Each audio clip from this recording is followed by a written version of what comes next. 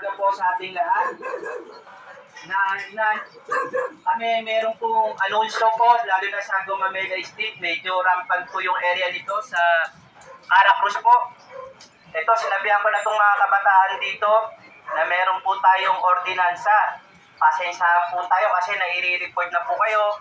5 beses na po ako nagsasalita, especially sa mga kabataan nandito nakatambay sa kanto ng Gumamela, Sampaguita at corner ng Cadena de Amor. Ang Caracruz po ay batas po yan 1602, presidential degree. Pwede po kayo, pag nahuli po kayo dyan, ang penalty 35,000 po. Kaya lahat po ng mga magulang, mga kapitbahay dito, pakireport po sa akin. O yan, sige, ito, ano mo si Madam, ano mo si Madam, ayan o.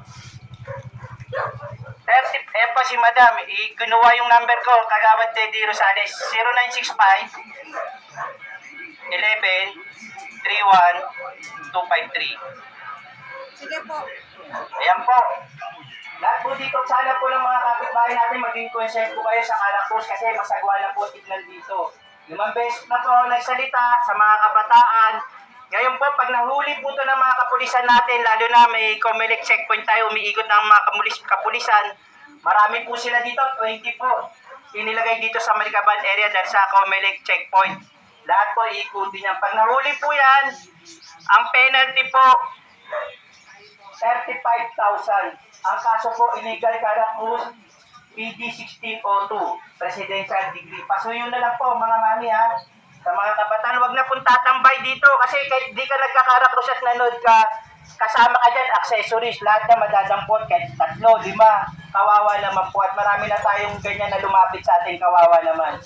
Especially yung mga magulang, ang namumblema, pagpiyansa, 35,000. Hiniling ko po sa mga kapitbahay po natin sa Gumamela Street, sa kanto ng Sampaguita, corner ng Cadena de Amor.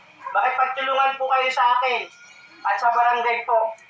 Nais po namin ipabatid po na itong area nito ay sinasabihan na po natin 5 beses na po nagka-Caracruz at nasabihan natin yung mga kabataan. Pag nahuli po sila, City Ordinance PD 1602, Presidential Degree, binabarin sa City Ordinance, maaari po sila mag-penalty ng 35,000. Kawawa po yung mga magulang pag nahuli po. Kaya inaasahan ko po mga magulang, pakisuyo na lang po. Napakasabihan po ang mga kabataan dito na huwag na pong tatambay at magkakarakos. At ilayo na rin po sa mga barsada kasi pag umigot ang mga pulis, kawawa po at hindi kasali, dampot po yan. Di ba Kuya Oscar, no? Pag ganyan. O inaasahan natin Kuya Oscar, tanong kay Kuya Oscar. Di ba Kuya Oscar? 35,000 yan, di ba? So kawawa naman yung kabataan. Kayo na rin po magsaway at sabihan nyo kami. Marami pong salamat. God bless po sa Barangay Walig po.